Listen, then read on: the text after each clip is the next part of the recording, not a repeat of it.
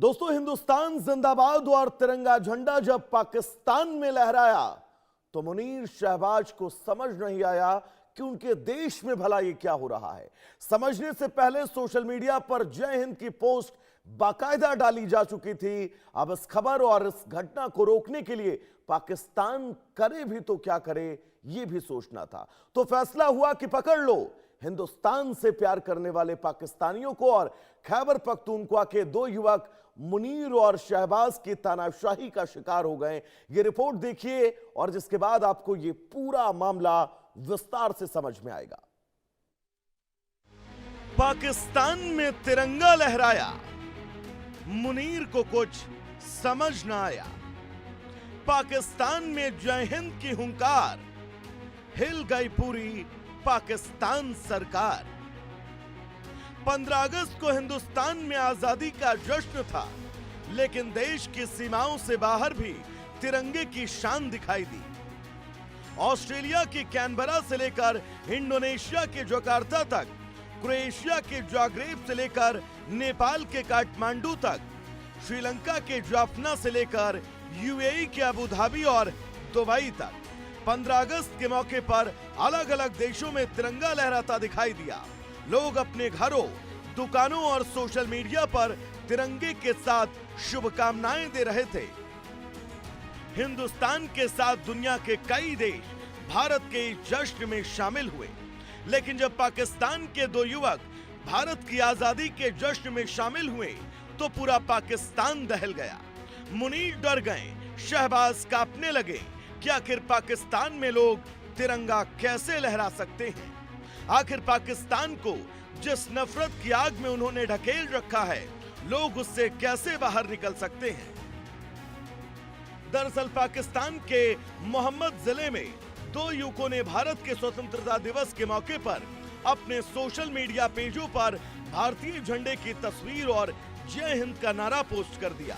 पाकिस्तान में यह कैसे हो सकता है, ये सोचते ही कट्टरपंथी सरकार ने युवकों को गिरफ्तार करने का आदेश दिया।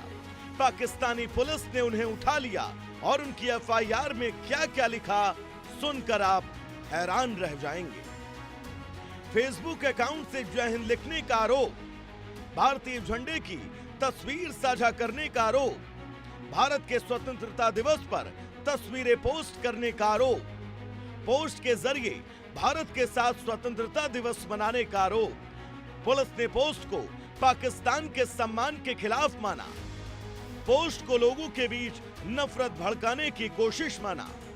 यानी पुलिस की एफआईआर के मुताबिक मामला सिर्फ एक सोशल मीडिया पोस्ट भर का नहीं, बल्कि पुलिस ने इन पोस्ट को पाकिस्तान के खिलाफ राजद्रोह और लोगों के बीच नफरत भड़काने की श्रेणी में रखा और इसी आधार पर दोनों के खिलाफ पाकिस्तान दंड संहिता की धारा 123 से और 153 के तहत केस दर्ज किया गया।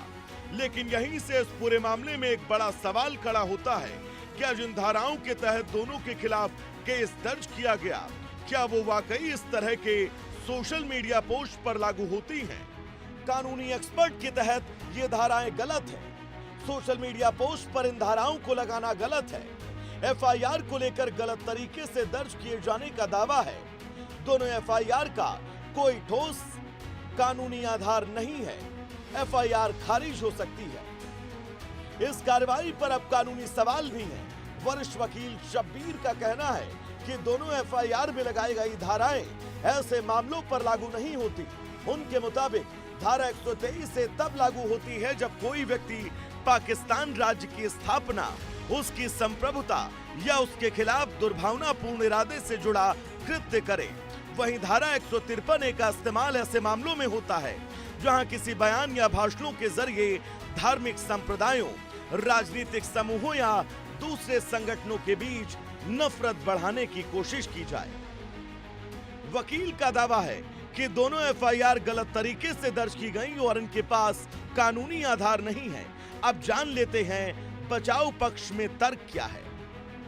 सोशल मीडिया पोस्ट पर सीधा पुलिस कार्रवाई पर सवाल, ऐसे मामलों में पीसीए एक्ट के तहत एक्शन होने की दलील, शुरुआती जांच साइबर क्राइम एजेंसी से कराने की मांग, पुलिस की सीधे कार्रवाई को गलत बताया, इन धाराओं को मामले में लागू नहीं होने की दलील। दोनों पक्षों की दलीलें सुनने के बाद अदालत ने जमानत याचिका खारिज कर दी। अदालत के मुताबिक मामले में लगाई गई धाराएं गैर जमानती हैं। इसके बाद दोनों को न्यायिक हिरासत में भेजा गया। हालांकि बचाव पक्ष के वकील ने कहा है कि अब जमानत के लिए हाईकोर्ट का रुख किया जाएगा और इसी दौरान आरोपी के वकील की तरफ से एक और दलील सामने आई।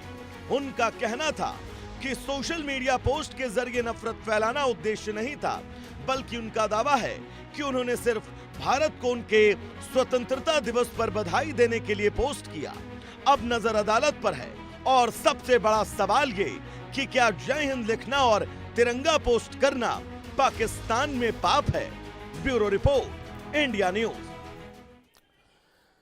तो चलिए दर्शकों, वक्त हो चला एक बहुत छोटे से ब्रेक का। कहीं जाइएगा नहीं, इंडिया न्यूज पर खबरों का सफर लगातार जारी रहेगा। नमस्कार।